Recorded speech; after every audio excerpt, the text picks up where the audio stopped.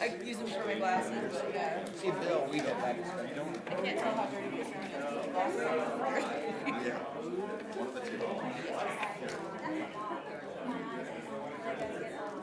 you know? I haven't had a chance to read very thoroughly through this part. No. Buying cars high and selling. You know what? I think I saw I saw this kind of Bill, how you good. Huh? I sold one, but I bought another one. It's probably the car. You're probably Mustang, Mach-E, GT, performance, 480 horsepower. So I sold my Comet. Sold the Comet. A good high school buddy of mine. You know, come down the walk, so you're not going to have 3 cars. So then I got the Mach-E. There's at the dealership. Oh.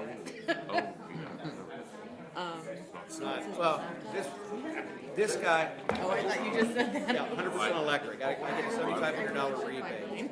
Goes 0 to 60 in 3.4 seconds. Anyway, Looking at Brian it, O'Donnell, how did I miss the that? Valley, Yeah, they. 12 dealerships that plus first 3 couple lanes minutes they dealer. announced about it. He bought that car for himself Well, 18 these are months ago. replacements. Came in 3 weeks ago. The sales manager called me. "God, you have to pay this." He said, "Yeah, you can buy it." I'll be sure that within. I'm already done. Did you? Do it right. I'll get another one. You wait 18 months.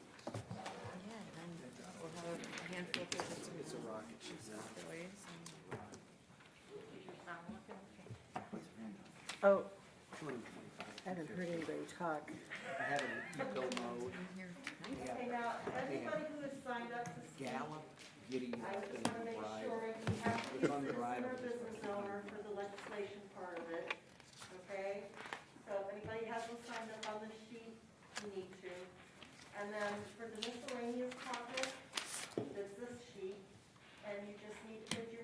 address and what your topic is, and you get to speak in the miscellaneous portion of the agenda. So is everybody signed up that wanted to sign up?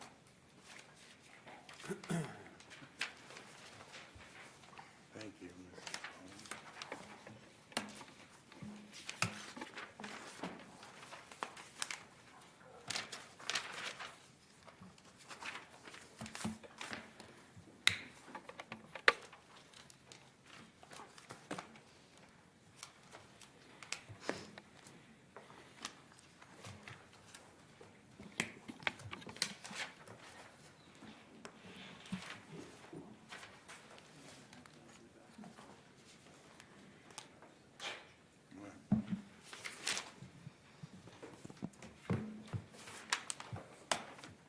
We ready? Okay, good to go. Good evening and welcome to the meeting of the Worcester City Council held this Monday, November 15th, 2021 in council chambers, and it is being live streamed on YouTube. It's after 7:30 p.m. The next meeting will be Monday, believe it or not, December 6th, 2021. Mr. Paulo, would you please call the roll? Mr. Ansel, Here. Mr. Bostancic, Here. Mr. Cavan, Here. Mr. Myers, Here. Mr. Sanders, Here. Mr. Silvestri, Here. and Ms. Warden. Here. As they would say, everyone's present and accounted for, so we do have a quorum. The agenda will remain as presented.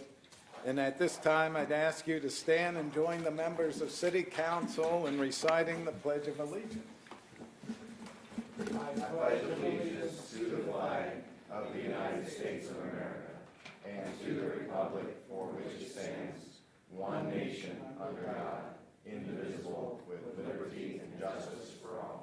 Thank you.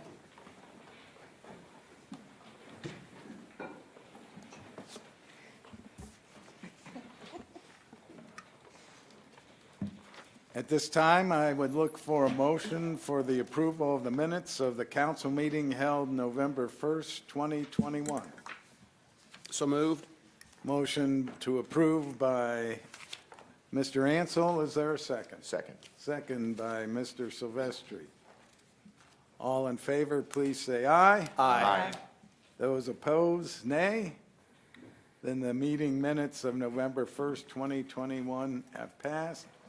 I see someone dusted off my gavel just in case.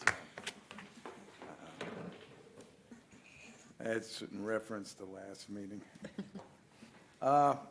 Communications from the mayor and administration. Mr. Mayor, welcome. Thank you, President Beitendijk and members of council. Nice to see everyone this evening.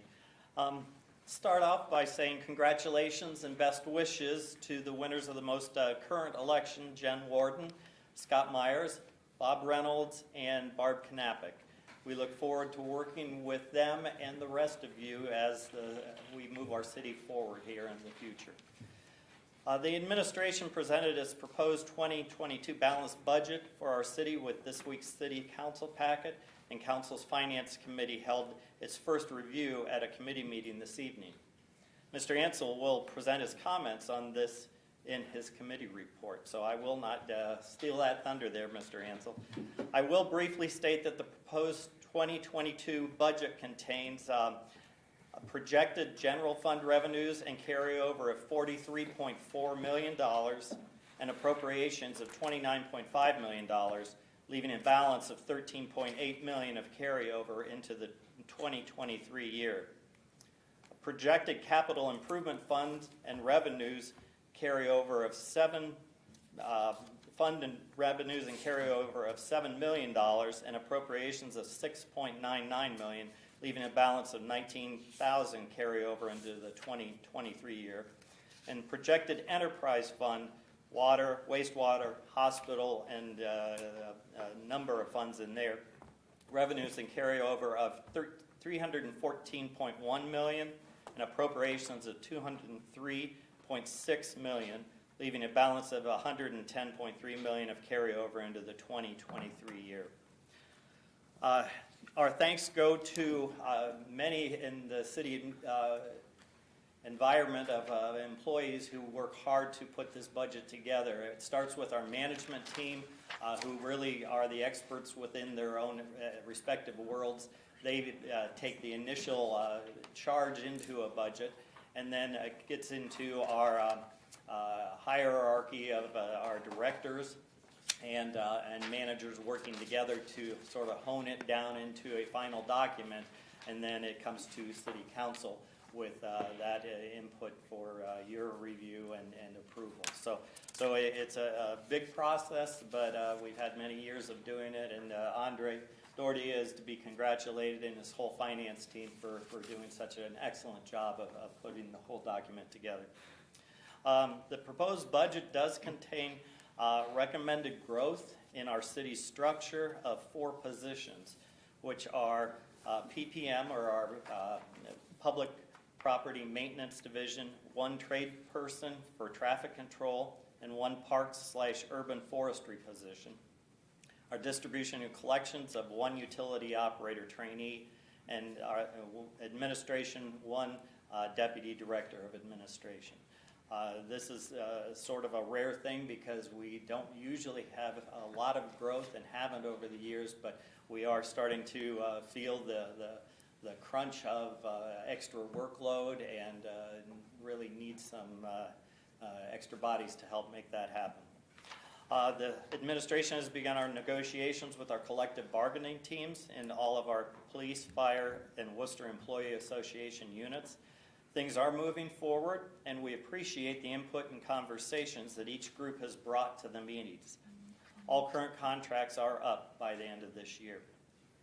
And lastly, the last agenda item that was put on to really just today and placed in this revised agenda is for our public property maintenance division, and doing some TLC work to the building that they're in. The building was built in 1973, so 48 years ago. It had a new roof placed on it 5 years ago at a cost of about $200,000. Siding and installation about 3 years ago, again, about $200,000. And then this interior work today, which is, and of course it's buried under one of these. $250,000. It is going to have offices, locker rooms, lunch and training rooms, and a new entrance if it's approved. And that would be approximately $250,000 cost. But at that point, essentially, that building is fully up to snuff and grade, and hopefully give us another 50-some years of life for the city. So we are here to help throughout the whole conversations and to answer any questions council might have. So thank you. And you have an appointee request, is that correct? I do have an appointee request. Thank you, President Bidendijk. I'm asking that Mr. Chuck Armbruster, who is on our Planning Commission, that he be appointed as a representative on the CRA Housing Commission. So he's taking the place of Gil Ning, who had served in that position earlier. So thank you All for right, that. thank you. And I think at this point in time would be the appropriate time to discuss and vote on the request by the mayor to appoint Mr. Armbruster on the Community Reinvestment Area Housing Commission. Mr. President, motion to approve. All right, motion to approve by Mr. Silvestri. Is that a second? I saw a second by Mr. Myers. Any further discussion? President Bidendijk, I just want to note that I've attended a number of planning commission meetings where Mr. Armbruster's been present. I think he's done an excellent job representing the citizens. He asks considered and thoughtful questions, and I think he'll do a great job serving on the CRA board. All right. Thank you. Seeing nothing else, would you please call the roll on the appointment of Mr. Armbruster? Mr. Ansel? Yes. Mr. Bostancic? Yes. Mr. Cavan? Yes. Mr. Myers? Yes. Mr. Sanders? Yes. Mr. Silvestri? Yes. And Ms. Warden? Yes. Well, Mr. Chuck Armbruster has been approved, and thank him for council for volunteering to serve. Appreciate it. At the moment, we do not have any petitions. But we do have a number of people signed up to speak on agenda items. And I'm going to just start from the top. Ms. Shannon Waller, and I know Ms. Waller is the head of Main Street. So Ms. Waller, if you want to come and speak and state your address and what you are going to talk about. Thank you, President Beitendijk, members of City Council. My name is Shannon Waller. I am the Executive Director of Main Street, Worcester, and I live at 3574 Melrose Drive in Worcester. And I'm here to encourage the members of City Council to renew the economic development funding that you have traditionally shared among 3 organizations, Main Street Worcester, the Convention and Visitors Bureau, and the Worcester Area Chamber of Commerce. We were very grateful for the additional funding that you allowed us in 2021. That made a huge difference to our organizations, and we hope that we have proven ourselves worthy of that funding and the trust that you placed in us to use that funding wisely. Main Street Worcester historically has put on about 42 events and attractions annually. That was what we had done in 2019. In 2021, we put on 82 events and attractions. So we really swung for the fences as far as trying to get people downtown. We estimate that there were about 17,000 attendees over the course of all our events, and that would be Main Street Music, the Taste of Downtown, the Shop Hops, the Second Saturdays, and we have gotten some data from the College of Worcester that estimates that each attendee to that event spends $26.58 in addition to the cost of any ticket, which our events are primarily free. So that's an economic impact just for the Main Street Worcester part of it of almost $450,000. So we hope that you continue to entrust us with those economic development funds, and we ask your blessing to the requests that the joint organizations have made for the shared division of bed tax money. Thank you. Thank you. Thank you. Thank you. And then we have Ms. Jackie Chamberlain, who's with the Wayne County Convention and Visitors Bureau. And again, I'd ask you to state your name and address and what you're going to talk about. Jackie Chamberlain. I actually live in Shreve, Ohio, but my business address is in the Wayne County Administration Building at 428 West Liberty Street in Worcester. I wasn't supposed to be here tonight. You're usually used to seeing Martha Starkey, who is our director, and she is in Cleveland. We knew this would happen sometime, but it's the National Tourist Association Conference, and she is in downtown Cleveland tonight talking to many groups, urging them to come to Wayne County, spend their money, spend their tourism money, bring their motor coach groups, bring their groups. It's something that we really, really enjoy doing, and we really hope that it's looking up for us, and we're really happy about that. We appreciate the council so much and the monies that you've given. I gave each of you a bag. You can kind of see the little hotkeys that we do give out in the welcome bags. It's been a good year for us. Things are looking up. Last year, of course, it wasn't so great, but we are looking up. My one that I'm really proud of in the bag, it's the Wayne County, it's the fan that we did use this year for the Welcome the Ohio Light Opera. Fans back, so said we're a fan of the Ohio Light Opera because they were outside most of their performances this year. There was a little bit of a concern about the heat, so we did give each of them a fan, which we really enjoyed. So we appreciate the funds. We hope that we can continue this strong alliance that we have with our travel partners. We just really appreciate all that you do for Worcester. We love Wayne County. We love Worcester. We're just very excited that we have something so great to be able to promote. So thank you very much. Thank you. And speaking of promotion, I'm going to promote Ms. Chamberlain a little bit. A little bit of trivia is that she also does a Miss Kringle gig. And thanks to her recommendation, and this will only mean something to us baby boomers, she helped find the new Mr. Jingling that is making appearances in northeastern Ohio and up in Cleveland. So We probably should do that as a segue then to invite everybody to Main Street's event on Friday night. We'll be in downtown for window wonderland, so. Well, there you go. That Might as worked, well do that while we're. worked out real well. So, thank you. We have Samira Zimmerly, who's the Executive Director of the Worcester Chamber of Commerce. Again, your name, please, and address, and what you're talking about. Samira Zimmerly with the Worcester Chamber, and I am here representing 377 West Liberty Street.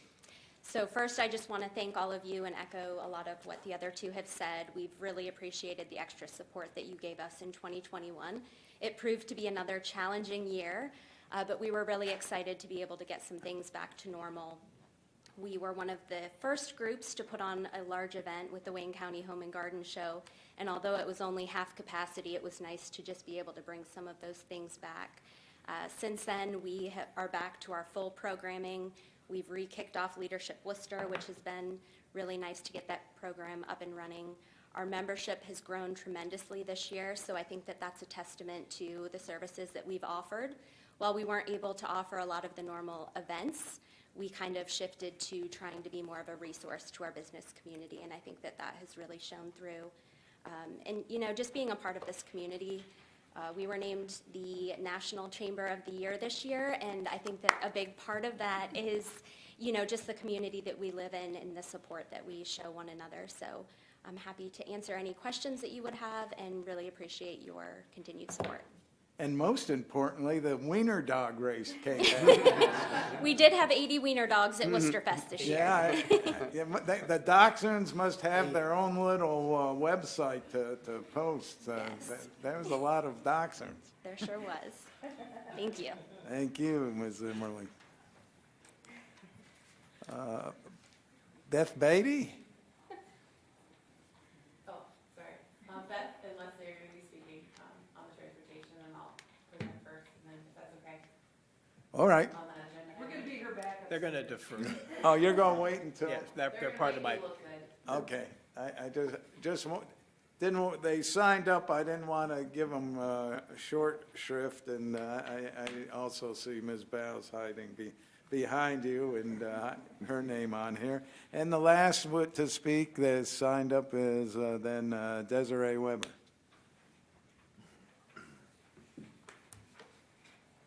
If you state your name and address and what you're talking about. My name is Desiree Weber. I live at 124 East Liberty Street. And I wanted to speak on Resolution 2021-62, the transportation bill, and to encourage City Council members to support it. This allocation of $600,000 towards city transportation needs, I think, is really important to this community. This program is much needed in the city. As lots of folks in the room already know, mobility has a strong positive effect on employment prospects for everyone, for people's ability to make their own choices about where to be or where to live in the city, even if they don't have access to transportation otherwise. And I want to encourage council also to continue to allocate city funding to amenities like transportation in general that support the least well-off in our community. Yes, increasing the tax base of Worcester is very important. Yes, increasing and attracting visitors to this community is also very important. But so is the quality of life for the people that live here on an everyday basis. And that, again, some of them are the least well-off in our community. So for every Worcester resident, especially those whose quality of life can be significantly improved by what turns out to still be a relatively small portion of city budget, that's something that I'm asking City Council to continue to take seriously and to continue to support, not only in this particular bill, 2021-62, but in others that may come up. Thank you. Thank you. Thank you.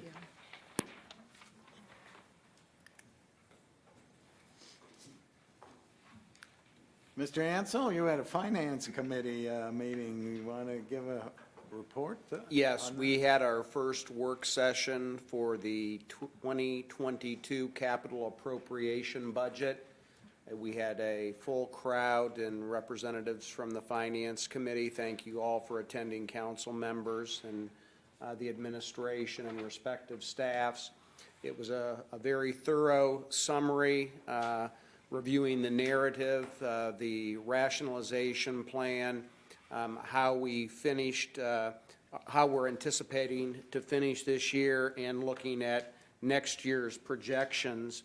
And I'll just give a highlight of where we are planning to finish in 2021 to talk about the confidence that we have in the administration's budgeting forecast to actual final outcome. The 2021 budget was a little over $26 million. The year-end forecast, we look to have about $27.9 million of tax receipts. So that is a nearly $2 million positive variance to current year. The trend continues as it relates to expenditures. In 2021, total cost of city operation was projected at about $24.4 million. We actually are going to finish at about $22,100,000. So a below expense performance of about $2.2 million. So we look at higher revenues than anticipated, lower expenditures than anticipated, exceptional budgetary performance. And this trend has continued for my 12 years as finance chairman, and prior to that when Mr. Brenneman was finance chair. So we have strong fiscal management on behalf of the city, and we're so fortunate to have the economic rebound coming out of the most recent pandemic crisis. It appears that our industrial and our employment base is flourishing. Taxes, income tax drives the primary receipts for the city, so Worcester is alive and well. And next year's budget is projected at about $28.5 million revenue, $25 million worth of expenses.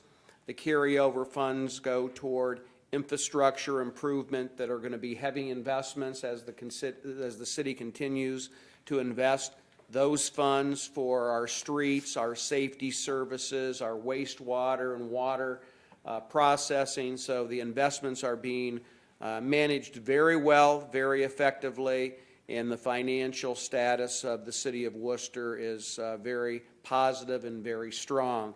And we'll go into a brief first reading this evening, but thank you all for attending. We are having another Finance Committee meeting the first Monday in December at 6:30, of which we'll be reviewing primarily the enterprise fund budget, i.e. the Worcester Community Hospital, as well as additional capital appropriations based on our 5- and 10-year plan within the city of Worcester. So it'll be another productive work session.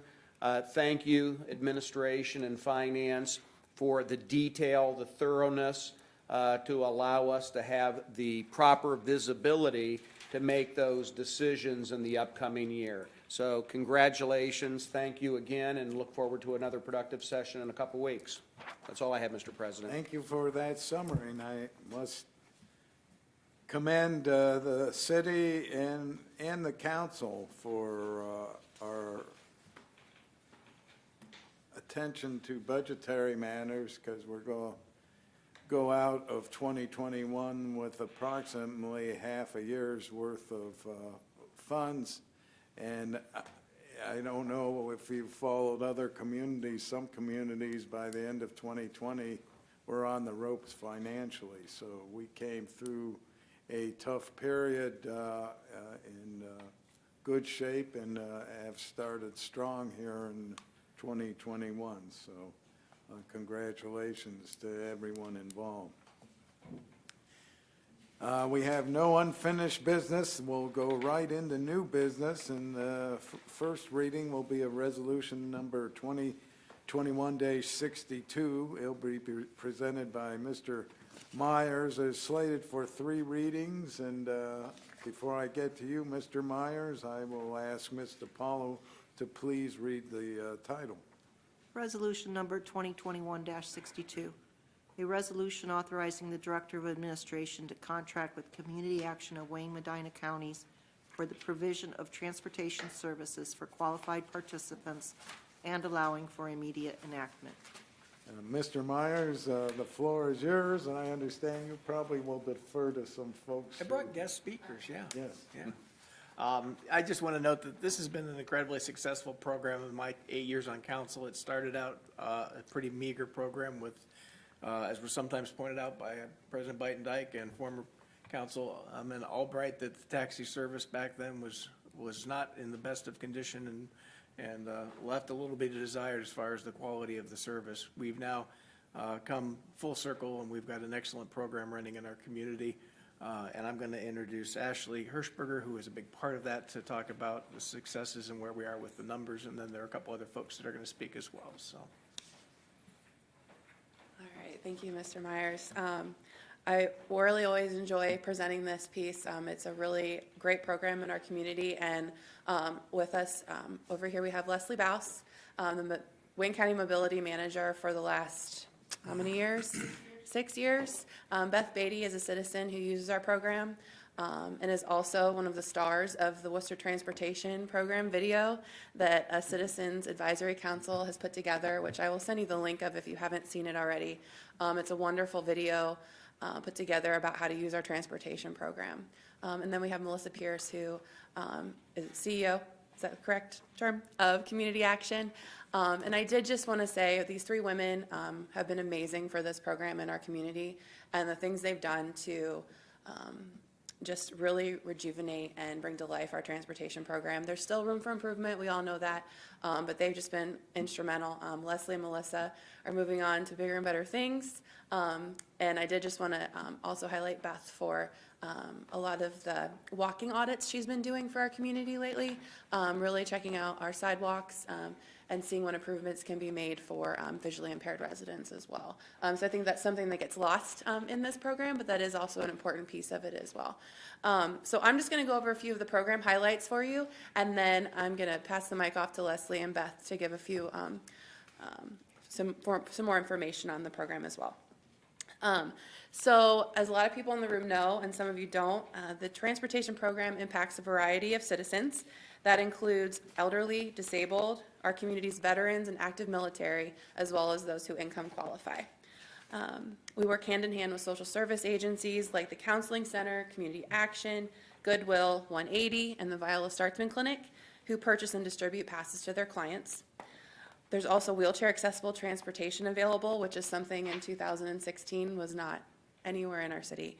And that's provided by Gilchrist Transportation and Worcester Transit. Employment and education passes get our residents to over 75 work sites and education sites within 5 miles, inside the city limits and within 5 miles of the limits. This also includes taking children to daycare, and as a mom, I know how important that is, getting your kids to daycare while going to and from work and education sites. Worcester Transit is running 2 fixed routes that stop at medical, residential, corporate, and retail locations with benefit all of our city's residents and visitors to our community. We have 5 providers on our program: Hallstar, Gilchrist, Precious Angel Transportation, Worcester Express, and Worcester Transit.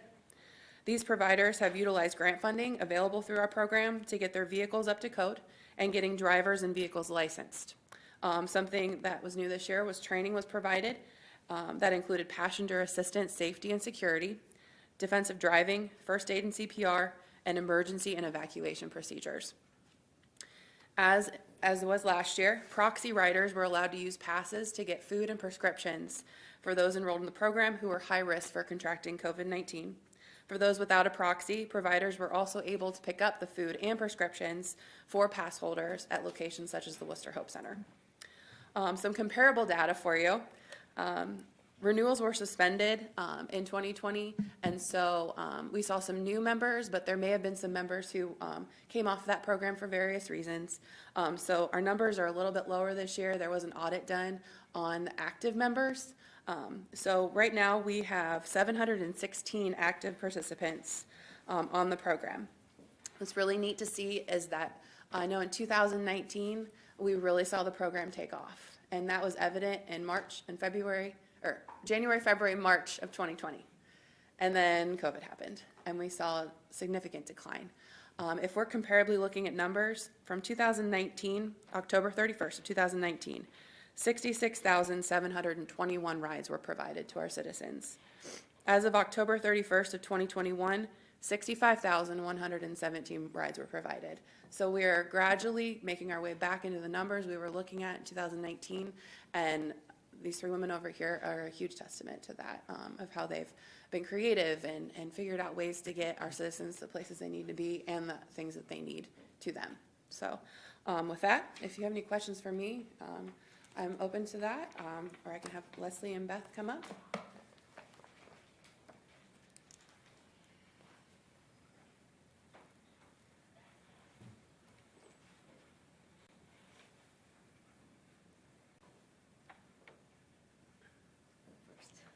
Okay.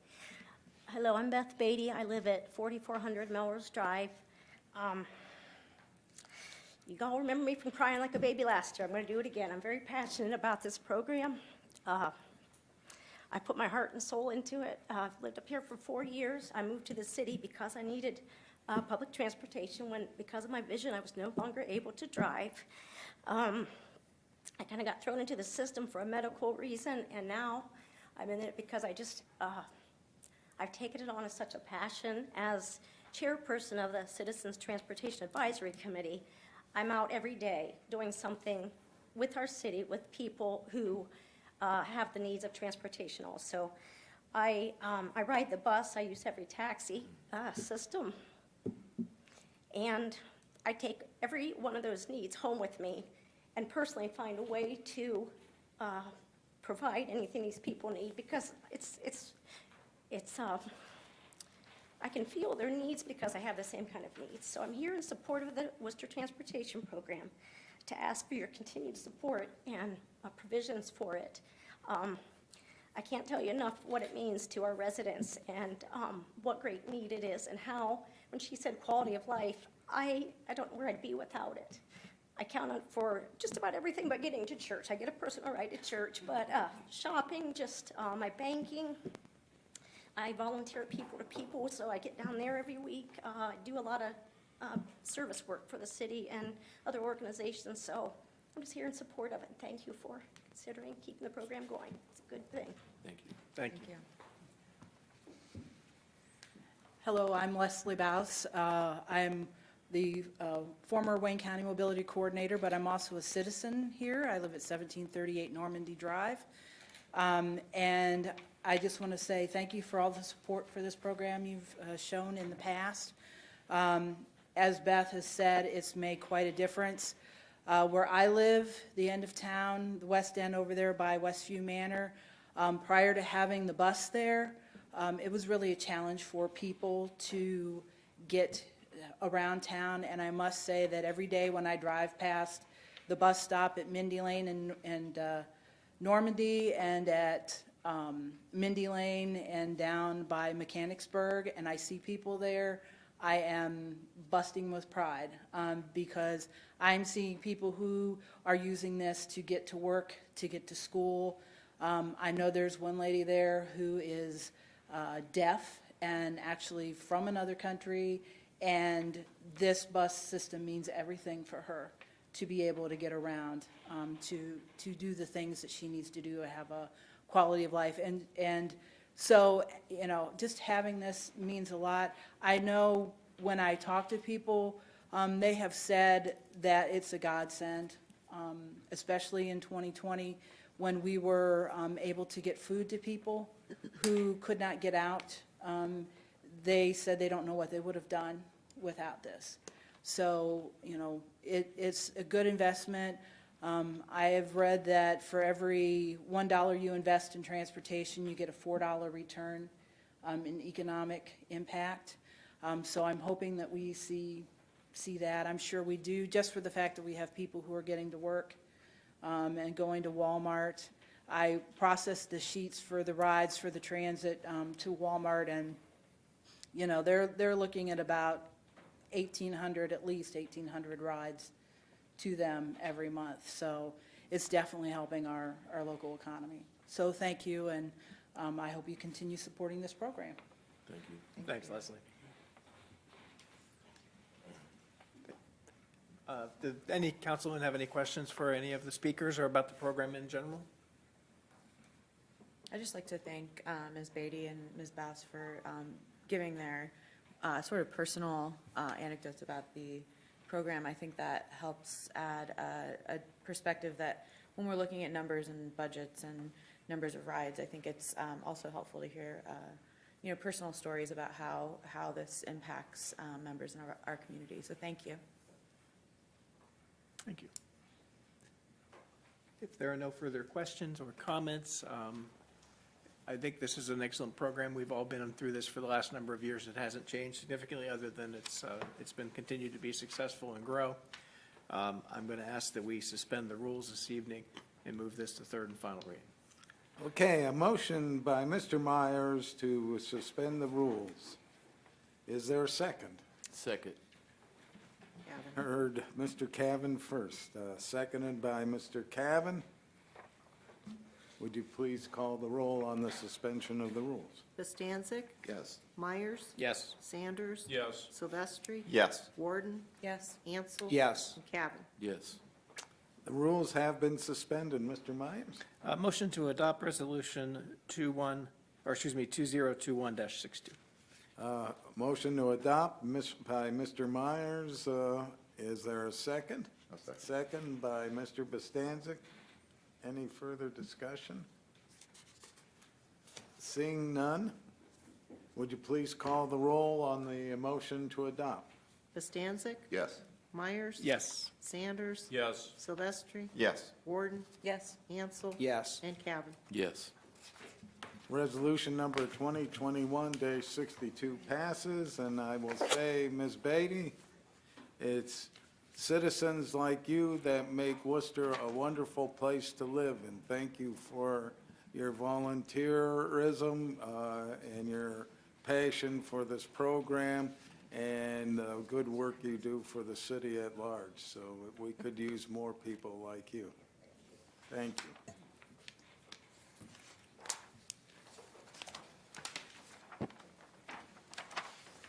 Next item on the agenda is the first reading of ordinance 2021-37. It'll be presented by Mr. Ansel. It is slated for 3 reading, and I know there is much discussion on this to be had in the future. But before I turn it over to you, Mr. Ansel, I will ask Ms. DiPaolo to please read the title. Ordinance number 2021-37. An ordinance appropriating from various funds to individual accounts for the current expenses and other expenditures for the city of Worcester for the fiscal year ending December 31st, 2022, and allowing for immediate enactment. Mr. Ansel, the floor is yours. Yes, as highlighted earlier, this is the 2022 appropriation budget for the city of Worcester. We will have an additional work session in 2 weeks, and we'll keep this on first reading this evening.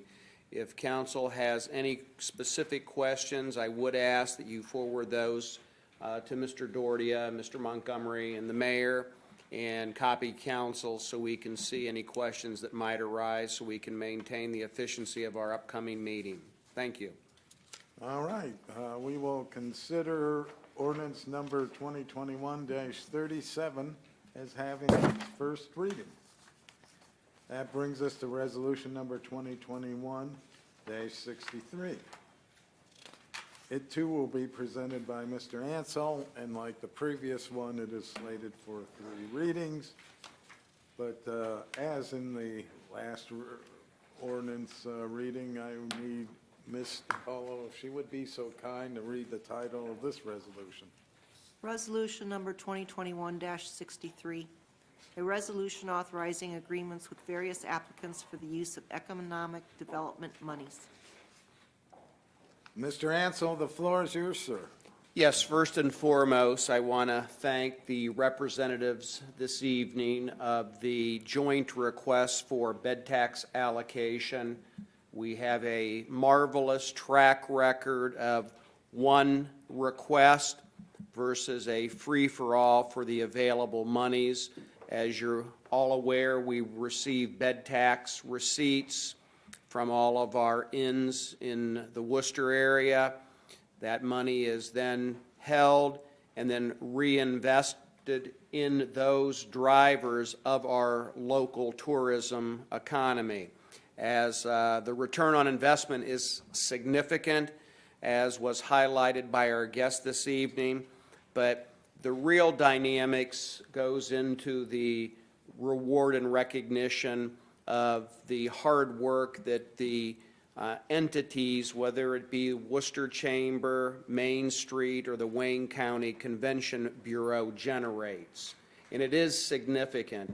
I can't tell you the feedback that I receive from our international guests and domestics, the guests that come to Worcester downtown. There truly is a wow factor in our local economy in terms of the presence and the polish and the feel and just the overall impact that our downtown and our community in general has. And that's being driven not only by our citizens, but our economic drivers within the community, as I highlighted. And I thank Samara and Shannon and Marty and Jackie for their hard work to accomplish that. And also I want to highlight and thank council, as noted, because of the COVID challenge. We know that there wasn't much tourism for a year and a half, 2 years, and council decided last year to give all but 4% of the bed tax receipts to the entities because the prior year they struggled so significantly. I mean, when I talk about struggling significantly, 15 to 20% of what they were routinely receiving in terms of funds. But the unification and the collaboration of these three entities, and the math is pretty simple. Of the first $50,000 received in bed taxes, Main Street gets 57.5% of that $50,000. The Worcester Area Chamber gets 37.5%, and the Wayne County Convention Bureau gets 5%. Anything over $50,000, it goes 50, 30, and 20 respectively. The city retains a portion of that, but the rest is reinvested in our community partners. This year was a very, very positive year because of the additional funding that we provided, but they really had a challenge the prior year. They received virtually minimal funds. This year, or for 2022, we're projecting the allocation to Main Street Worcester being somewhere about $73,000. The Worcester Chamber of Commerce somewhere around $45,000, and the Wayne County Convention Bureau $20,000. So of the $288,000 being received in bed taxes, the bulk of that money goes back to our community partners. The city retains some for administrative functions and reinvestment in tourism in our local economy. But having a unified request for the last 15 years has been a remarkable accomplishment. So thank you. Keep up the great work and your collaborative partnership, because it makes it much easier for us to deliberate and take these funds and reallocate and reinvest in those community drivers. So thank you for all of your hard work. We're all pretty familiar with this process, so that being noted, and Mr. Doherty has provided kind of projected budgetary forecasts, I would ask tonight that we suspend the rules of council and move Resolution 2021-63 to third and final reading. A motion to suspend the rules by Mr. Ansel. Is there a second? Second. Second by Mr. Myers. Would you please call the roll on the suspension of the rules?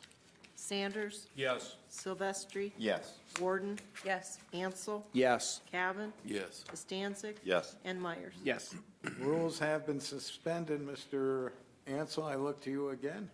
Keep up the good work, team out there. Thank you very much. Motion to adopt, Mr. President. Motion to adopt by Mr. Ansel. Is there a second? Second. Second by Mr. Silvestri. Any further discussion or questions? Seeing none, would you please call the roll on the motion to adopt? Sanders. Yes. Silvestri, Yes. Warden, Yes. Ansel. Yes. Cavan, Yes. Costancic. Yes. And Myers. Yes.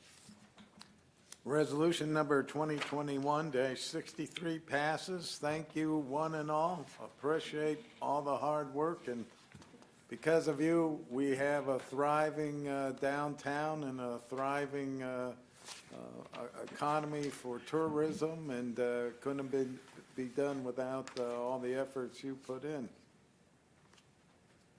Thank you. Thanks. And if you'd like to leave, you are more than welcome. If you want to stay and see how this ends, you're more than welcome too. But you've waited a long time, and I appreciate your patience. See you later. That brings us to the miscellaneous portion, and we have some people signed up. Well, no, we have Oh. one Oh, more. we're good. Oh, yeah, that's One more right. piece. I did say that. We have one more. I know, well, you know, I was trying to bounce between, that additional one got put on after I made my script. So- I understand. So, without that script, I'm lost. Okay, we do have one more, resolution number 2021-64. It will be presented by Ms. Warden. And I think this is the only budgeted item we have tonight, so it would not require suspension of the rules. But it does require me to let Ms. DiPaolo, if she would, read the title. Resolution number 2021-64, a resolution authorizing the Director of Administration to advertise according to law and enter into a contract with the lowest and best bidder to renovate the public properties maintenance facility and allowing for immediate enactment. Ms. Warden, the floor is yours. Thank you, President Beitendijk. This is a request for $250,000 from our capital fund to improve the public properties maintenance facility located on Mechanicsburg Road. The facility was built in 1973, and in the past couple of years has received some necessary updates, such as new exterior siding and a new roof. This will renovate some interior office space and also provide, as I believe Mr. Mayor said in his discussion earlier tonight, locker rooms, restrooms, and I believe a lunchroom, also a reception area. And Mr. Denning explained earlier, there would also be guest parking. The entryway, the public entryway would be located toward the south end of the building, which is where the public parking area would then be. And this will also provide the facility an opportunity to have more security in terms of their public reception area.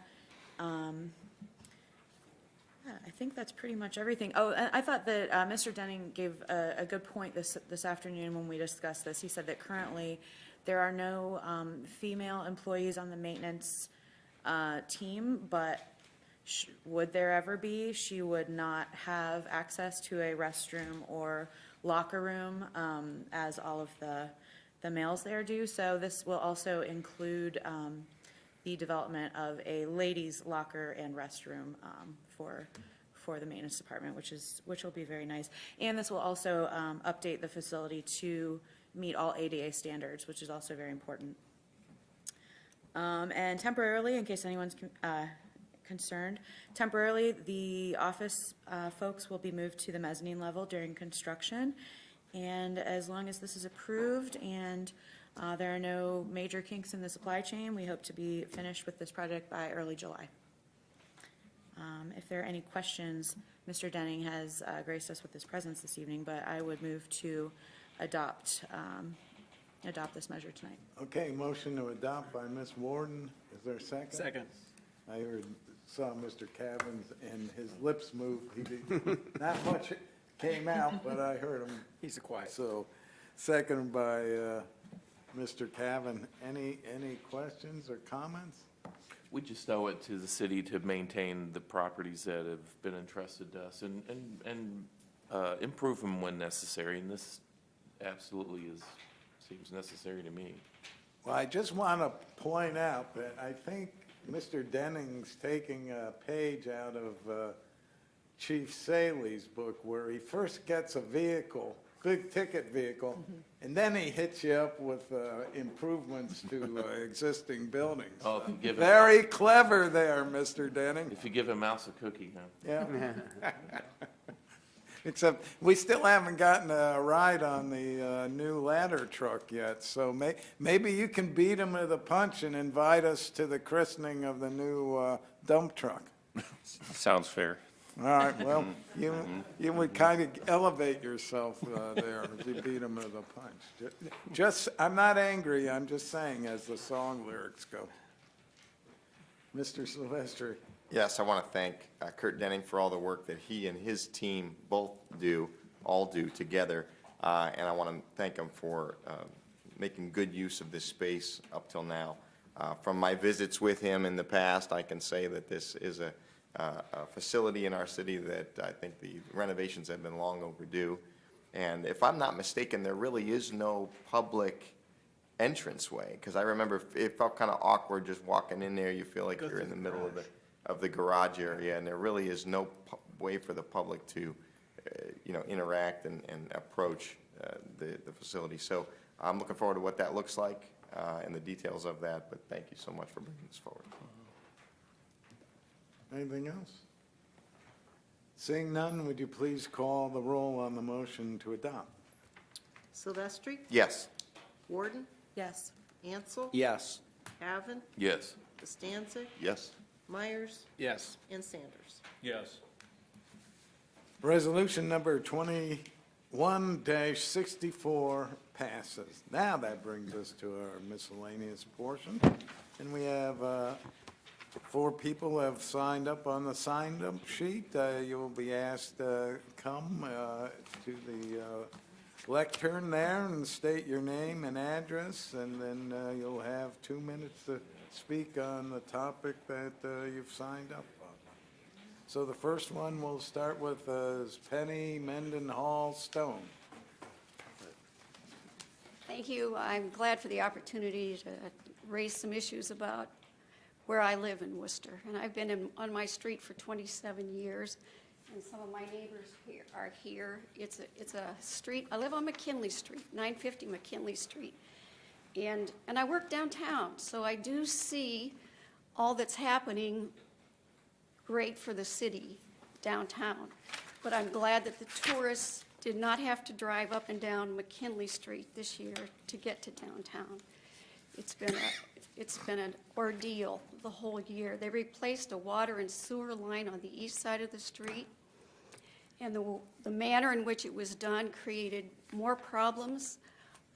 They put down gravel that washed into the ditches. When I got a hold of the engineer, he told me we are an unimproved street, so those ditches can remain. The gravel that was put on the street washed into those ditches along with the straw that was thrown on when the grass seed went down, and caused those all to plug up the culverts all along the way so that water went into people's property or went into the road and eroded further the shoulders along our street. You can't drive up and down our street as normal traffic because the shoulders are so deteriorated. 2 cars can't fit most of the way on that street. I just would like to know if Worcester, when you live on an unimproved street, decides to disinvest and you're always an unimproved street, or what's out there for we people who are unimproved. Mr. Rice told me that we were on the list next year for resurfacing.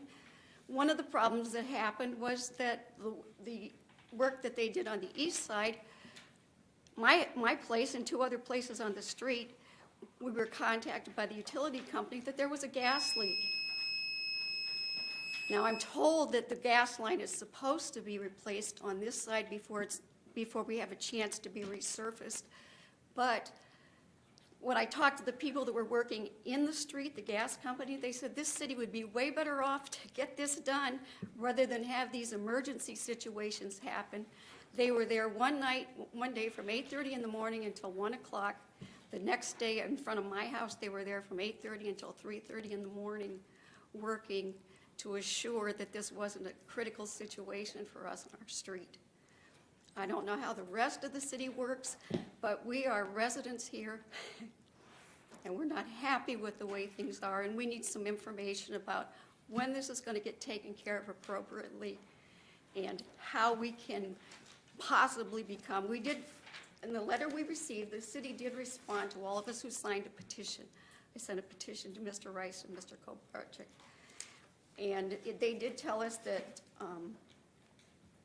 if we wanted to become improved, that we would be assessed higher taxes. That's just general. I don't know if that means a lot or a little. That's all the information that I have, but we're certainly not in a good situation right now, and I don't think it's appropriate that the city disinvests in unimproved streets. My property loses value. Everybody on that street's property loses value when that street is not maintained appropriately. So I just wanted to raise that issue tonight and hope that we can get some appropriate action on it. Thank you. Ms. Linda Smith, please state your name and address, and then tell us what you're here about. All right. My name is Linda Smith. I'm the convener of the Worcester Homelessness Task Force, and I live at 3108 Bayberry Cove in Worcester. Over the past year, basically, members of our task force have engaged in conversations with different ones of you here during the Let's Chat sessions that were held earlier this year to keep you updated on the things that we've been working on behalf of the homeless people of Worcester. And I just wanted to share with you tonight that many times you've referred us to work with the Salvation Army and the 180 organization, Metropolitan Housing. We have very, very close relationship with all of them. And just in September, the Salvation Army and 180 invited us to work with them to help find volunteers and solicit donations for the severe weather shelter that's going to be opening here in 1st of December. So I wanted to update you on that progress. We immediately visited with 25 churches here in Worcester and handed out some information about volunteer training opportunities that were available to us, and also information regarding donations to be forwarded to the United Way of Worcester, Wayne counties to Worcester, the Wayne and Holmes counties to be directed towards the severe weather shelter. Those opportunities were given to the churches to put in their bulletins and whatever. I brought you some copies of this tonight, so if you haven't seen this already, you can have an opportunity to look at it. Perhaps you want to make copies of it and share it with each other. I don't have any final numbers or even any moderate numbers about how much money has been donated already, but I know that there have been significant donations directed to the United Way already. Last year, the shelter was open for 58 nights. The ability for that shelter to be open is dependent upon the amount of money that's available to pay for the nighttime staff person that spends the night there from 10 o'clock in the evening till 8 o'clock in the morning. This year, they've raised that rate from $15 to $18 to pay a professional staff to be there. In the evening hours from 6 to 10, it's basically volunteers, and that's what we were recruiting folks from the community. We held our first training session for those volunteers on November 1st. We had 40 people show up. That included a large number of young folks from one of the fraternity houses at the College of Worcester. We have another training session scheduled for November 29th, which is, I believe, next 2 weeks from tonight. And we hope to have some more people show up and perhaps some of the other ones come back for a second session and have a tour of the Salvation Army facilities and see how it's arranged for the night. Just let you know, you're all well past your 2 minutes at this point. Oh, excuse me. I didn't realize there was a time limit. Yeah, when the timer goes off. Oh, that's what that noise was? I'm sorry. There was a couple of other things I'd like to share with you about the progress if we made, if I could have a few more minutes. I think we need to, that's up to President Biden, but I would say that I think that you can probably provide that to council by email, and they can see it that way or come back to another meeting. But we've been going over tonight, and I think we should stick to our 2 minute limit. Could I ask a question? That's up to council.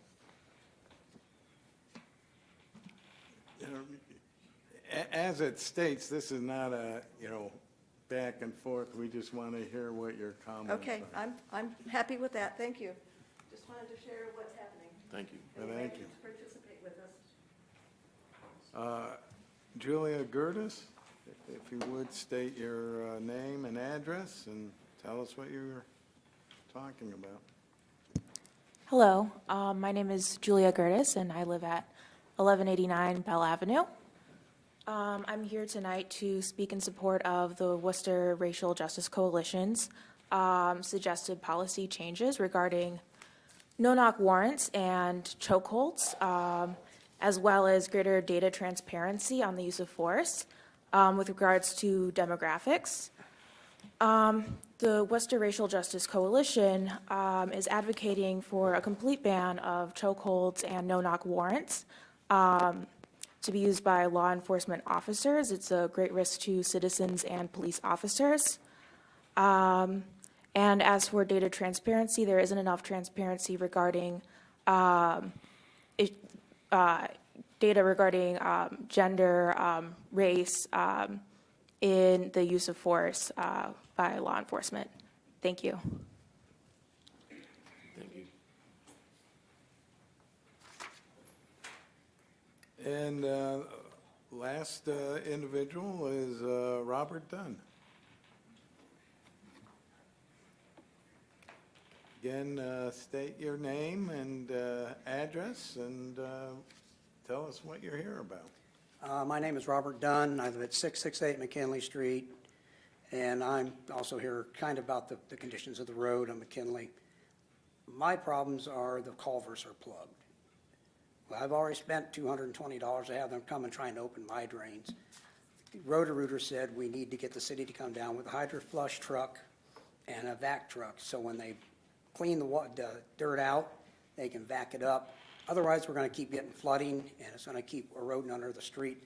I did talk to Mr. Koblowicz's, I think his secretary. He was on vacation. They said they would turn it over. They talked to the crew. They came back the next day. They did pack the new dirt down in along the road so it wouldn't keep collapsing down in. But if they don't get the drains open, it's going to continue to wash out, and we're going to continue to have that problem. On my side of the street, it's on the west side where they did the pipes. And they did put new asphalt down, but it's digging underneath that asphalt, and it has collapsed twice now. So they need to get a hydro flush truck down there and clean them all out along the road. That'd take care of most of that problem of flooding and everything else, but they got to be opened. Thank you. Thank you. Thank you. Okay, now we'll just start with Ms. Warden on the miscellaneous portion for council. Thank you. Thank you to all who came and spoke this evening during our miscellaneous section. After the meeting, I'd like to speak with Ms. Mendenhall-Stone and Mr. Dunn. If you have a moment that you could share with me, thank you. And I have nothing further to add other than that. Thanks. All right. Mr. Ansel. It's nice to see the audience full this evening. I also highlight that. Thank you for attending the Worcester City Council session. Nothing more, Mr. President. Okay.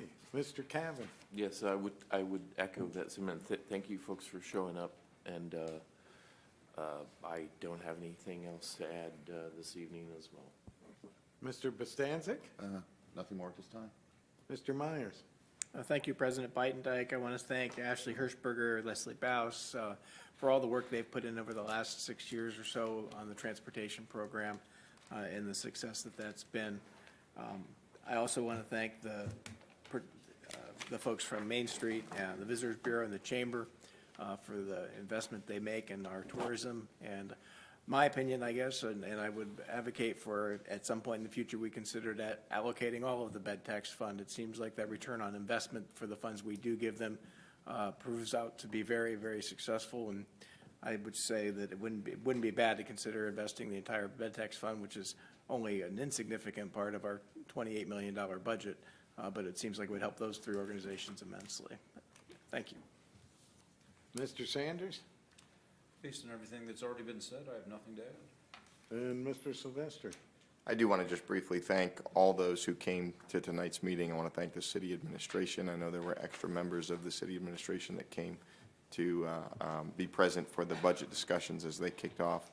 And also, as Mr. Myers indicated, the transportation program, all those that have worked on that, and especially the people that spoke. So thank you, and thank you so much to all who have come, even those that didn't speak. Thank you for your interest, and thank you for your presence here this evening.